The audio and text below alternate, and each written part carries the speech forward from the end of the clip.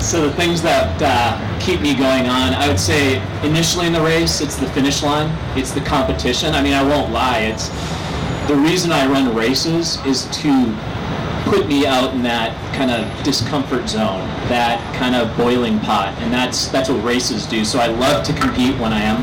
But the other things, sometimes it's the shady spot down the street. Running the Spartathlon, I talk about this. Sometimes it's putting one foot in front of the other. Sometimes it's getting to the next aid station.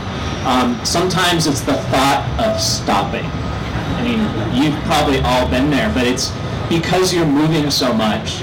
And again, it's not that I hate this, but when you're moving so much, the thought of actually sitting down and stopping it's amazing to think that. So when it will finally, so those are the thoughts, and I bet you've all had that experience too. You know, I was at the Badwater Ultra Marathon in 2006, which Scott won for the second time, and I caught up with him. I was crewing for Luis Escobar, who is several dozen miles behind Scott. It's a 135-mile race across Death Valley in July when it's around 120 degrees. So we drove ahead on the highway to catch up with Scott, and I think I caught with you like 2 o'clock in the morning. We roll down the window and say, "Hey Scott, how you doing?" And he really swivels his head. He goes, "How's Luis doing?" And I thought, how is this dude's spontaneous reaction is, how's this other guy doing? So I think it locks in with something that what Peter was saying before about the running in the community. As much as you're kind of a lone wolf out there, I'll just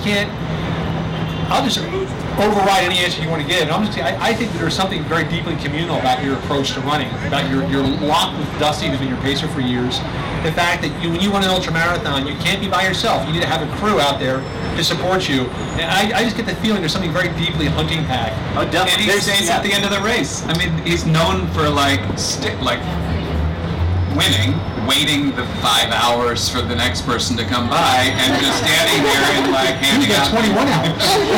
No, I'm not giving you overnighted, right? Yeah, exactly. And it's like today, I ran 10-minute pace, and a lot of people are probably wondering, why would you want to run 10-minute pace for 32 miles with all these people that you don't know? Some of them I knew, but most of them I didn't. And it was because there was this social aspect to running. We feed off of that. I get inspired. I mean, running with somebody who runs their first marathon on a whim today, wasn't planning on going further than 15, 17 miles. 5 people ran their first ultra today. I feed off of that energy. So me asking about my buddies, how they're doing. You'll read about Dusty. I mean, the stories about Dusty. Dusty's been a fly in my hair for I don't know, longer than I can imagine, and he keeps me going. And it's like having those people, having the community around you, it's still important. Running is not a solitary activity. We do like to do it in a pack, for sure. Some more questions? I run barefoot after track workouts, 2-3 miles or before a workout, run on sand. I think it's a great adjunct activity. For somebody who wants to win races, though, it's really hard. You'll see down the Copper Canyon why they run on tire tread. It's to protect their feet. So mountainous courses, it would be hard. I think it's a great way to learn how to run properly. So when it gets to technique, I think it's very important.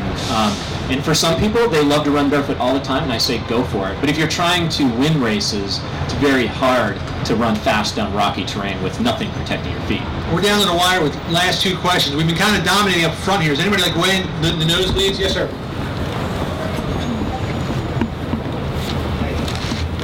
I was wondering if there's any spiritual component to your path and what you decided to do.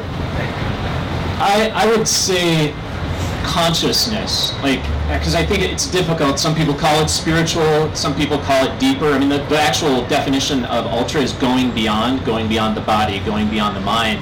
And for me, the way I've tried to describe it, it's hitting a different level of consciousness, much like we mentioned earlier, artists, or somebody who's really into their work, or another sport, athletes talk about being in the flow or the zone. I think it's a level of consciousness versus spirituality, but for me, I might actually practice running like somebody might practice a spiritual practice. So I think it's, for me, been a vehicle for that. And I actually mentioned several groups and individuals who have inspired me because, like the Marathon Monks of Montpellier, looking at individuals that look at running more than just a way of getting from point A to point B. It's something deeper. So it's definitely something that I've tried to derive strength from and try to figure out why I do this. As Chris is, I'm still trying to figure out.